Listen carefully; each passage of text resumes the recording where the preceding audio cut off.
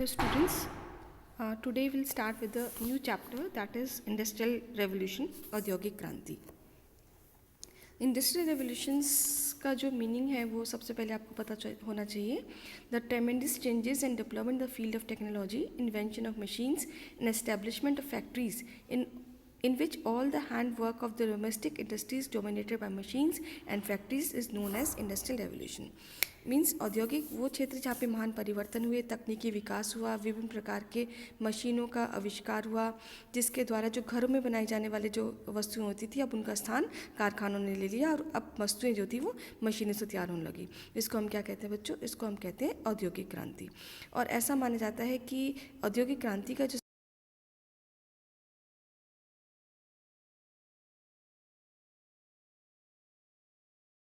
CE और industrial revolution जो था का जो वर्ड था सबसे पहले यूरोपियन स्कॉलर्स ने इसको यूज़ किया था. जॉर्ज मिशेले नामक व्यक्ति थे जो फ्रांस के थे और जर्मनी में थे. फ्रेडरिच एंगल्स, इन्होंने जो था first time industrial revolution word का प्रयोग किया था.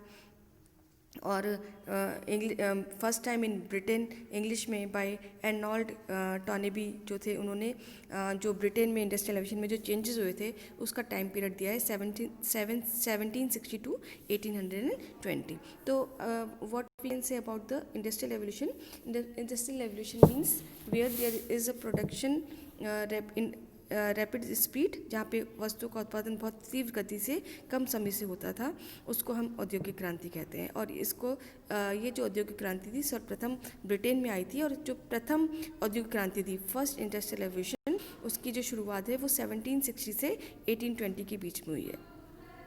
तो there were several factors which were responsible for the industrial revolution. तो अगर हम इसको और कर देते हैं तो सारी चीज़ें, पांच चीज़ें जो पांचों की पांचों चीज़ें एम से शुरू हुई. आप यहाँ देख भी सकते हो, एम मीन्स द मनी, तो मुद्रा. तो सबसे ज़्यादा इंडस्ट्रियल रेवोल्यूशन को शुरुआत करने के लिए जो था मनी होना चाहिए. तो अगर हम ब्रिटेन को देखते हैं तो ब्रिटेन में बहुत ज़्यादा पैसा था, बहुत ज़्यादा मनी था, तो वहाँ पे इसलिए सर्वप्रथम इंडस्ट्रियल रेवोल्यूशन आया था.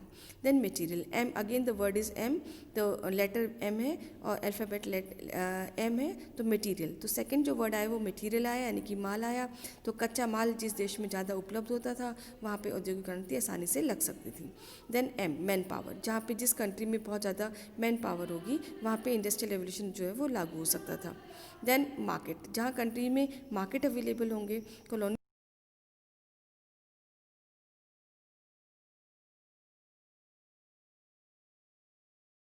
उसमें जो है उस इन्वेंशन में उसमें डिफरेंट टाइप ऑफ मशीन्स जो हैं वो लागू हो जाएंगी.